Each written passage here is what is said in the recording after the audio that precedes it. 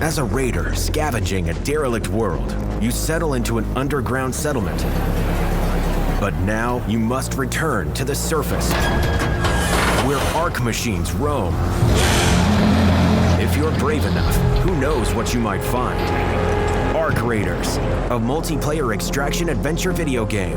Buy now for PlayStation 5, Xbox Series X and S, and PC. Rated T for teen. At Sierra, discover top workout gear at incredible prices, which might lead to another discovery. Your headphones haven't been connected this whole time. Awkward. Discover top brands at unexpectedly low prices. Sierra, let's get moving. Exploring both interstellar and interpersonal space-time continuums. The Last Show with David Cooper.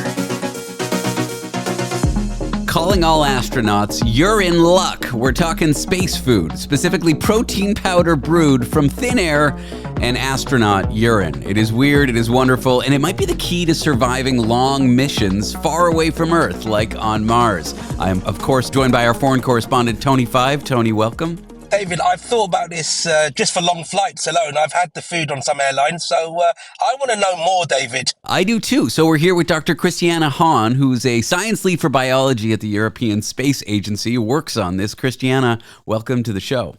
Hi, thank you for inviting me to the show. I'm really excited to talk about this topic with you. And Claudio Moratto, who is an engineer with the program. Claudio, welcome to you as well. Thanks a lot for having me here. So let's start at the beginning. What exactly is Solein, and how do you explain this protein from thin air and, of course, pee? We got to get to that as well. So Solein is a protein that's produced by a bacterium that can be found naturally. And some scientists have discovered that they can produce this protein en masse with a fermentation process that is natural and has been used for thousands of years. But unlike a traditional fermentation process, it uses the splitting of air into hydrogen and oxygen, and that is what feeds this bacterium to produce Solein. And the reason why we're interested in Solein in the first place is because it's a very high protein content food supplement that could be used. It contains, I think, up to 78% protein, composed of all the different types of protein substances that are needed for the human body. And it's a very promising nutritional additive for both space food, but also here on Earth. And it's already commercially available and produced in the market. And what does it taste like? So I haven't personally tasted it yet, but there are chefs who cook with it, and it can be made into all different types of foods. So it can be added to breads, it can be added into snack bars, cereal bars. I think even in the US, they have a cereal bar that is approved to use Solein inside of it. So it's basically a powder that you can sprinkle onto any kind of food that you want and make it taste delicious. Well, we got to get to the headline. How do we go through the pea to protein process? I imagine, in space, you're resource deprived. There is lots of urine when there are astronauts. I'm no scientist, but I do know that. How do we go from pea to protein? David, in space, nobody can hear you pee, my friend. So yes, I want to know exactly how this works because I want to try it myself. I feel that in the closer environment of the space station, where everybody lives really in strict contact with each other, everybody can hear you doing anything. But I leave to Christiane, of course, to talk about how the chemical compounds are transformed into one another. Yeah, so when we think about a long-term space missions with humans on board, we have to think of a circular economy without the ability to supply from Earth. So we need something that can feed itself and produce nutrition for us. And Solein is nice because it uses one of the components of urine to help its fermentation process and to grow and develop and produce the protein. Sorry, not Solein itself, but the bacterium that makes Solein. And therefore, the idea is that in the future, when astronauts urinate, we can collect this and process it in some way and use that as a feed for the bacterium to produce protein that the astronaut can then eat again. But I have quite a serious question. So I'm a diabetic, and obviously there's a lot of proteins and sort of glucose can sometimes be in my urine itself. Would anybody's urine be able to be recycled into this protein, or does it have to be somebody who's got a specific level of health? Asking the real questions. I like it, Tony. I know, right? Yeah, to be honest with you, I don't know the answer to that question. I could join the research team, David.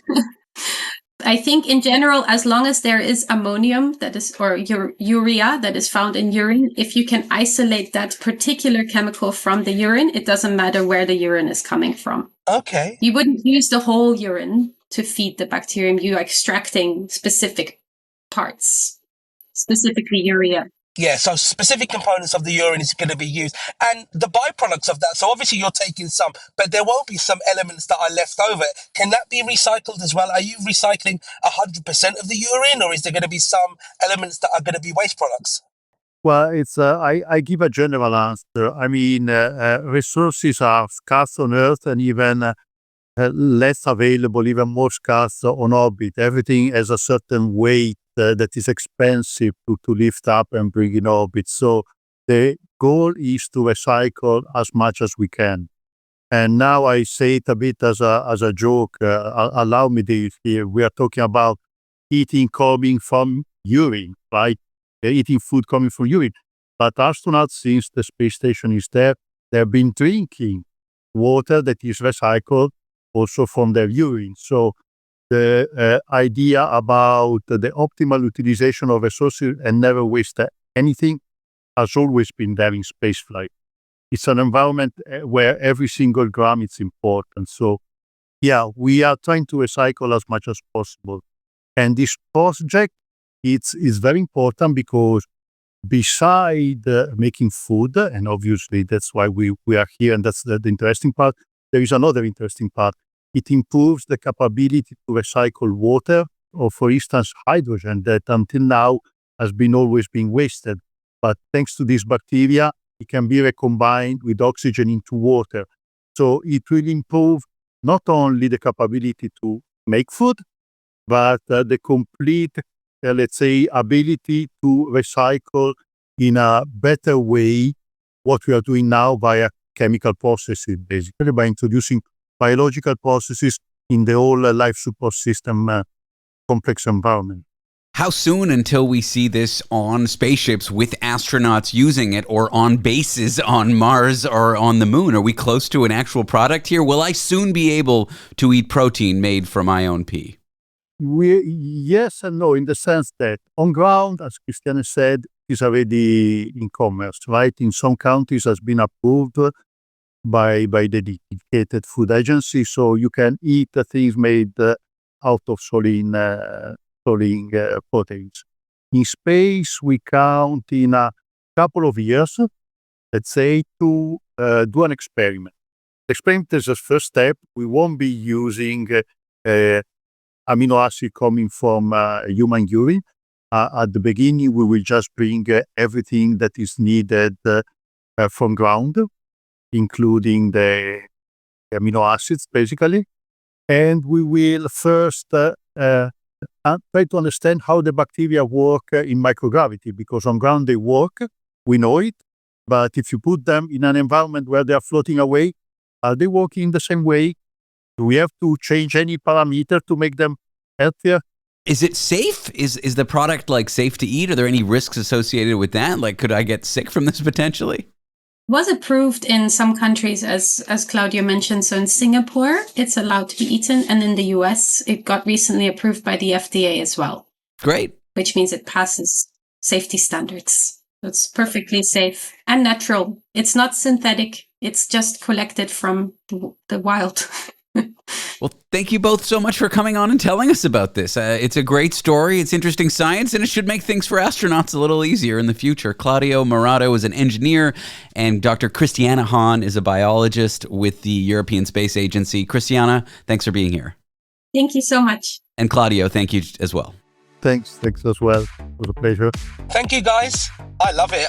David, I'm going to go to the toilet now and try it my own. I don't think it works like that. Don't do that. Well, whatever. Thanks, Tony 5.